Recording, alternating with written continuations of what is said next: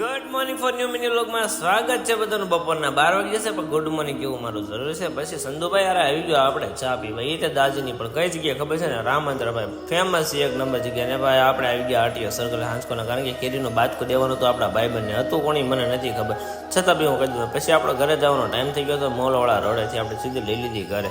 ત્યારબાદ આપણા ભાઈબંધના રૂમે જવાનું હતું, પણ ભાઈ થાકી ગયો ભાઈ. 5 થી 6 માળનું એનું બિલ્ડિંગ હતું, પણ હું હાલીને થાકી ગયો. છતાં કાંઈ નહીં, આપણે વિડીયો બનાવી નાખ્યો. હમણાં તમને એન્ડિંગ દેખાડી દો, પણ એન્ડિંગ બહુ લાંબી હતી. પણ મારે એવડો મોટો વિડીયો આપણે બનાવવાનો હતો અને આપણે તૈયાર થઈને આપણે રખડવા કાંઈ જવાનું નથી. આજ આપણે તૈયાર થઈને આપણે જવાનું છે કામ. ઈતે પ્લમ્બરને 400 રૂપિયા દાડી ભૂકા કાઢી નાખી. આપણે ભાઈ કામ કરી લઈએ. પછી ભાઈ ગૌતમના હાથમાં આવી ગયો S24 અલ્ટ્રા. તો મારા ભાઈ ઈ ગાલેપને જોવા આવ્યો કે એનામાં સાંધો બધે કે હું બધે.